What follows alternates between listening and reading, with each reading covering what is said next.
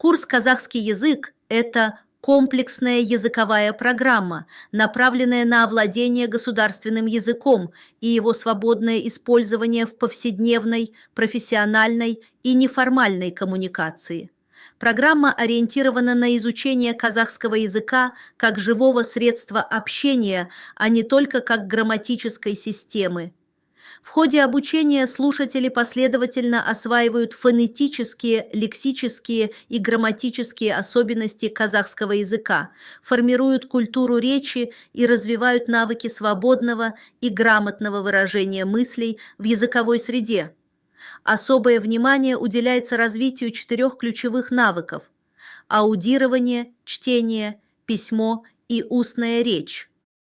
Занятия проводятся с сочетанием теории и практики. Используются разнообразные упражнения, диалоги, тексты, устные и письменные задания, адаптированные к уровню обучающихся.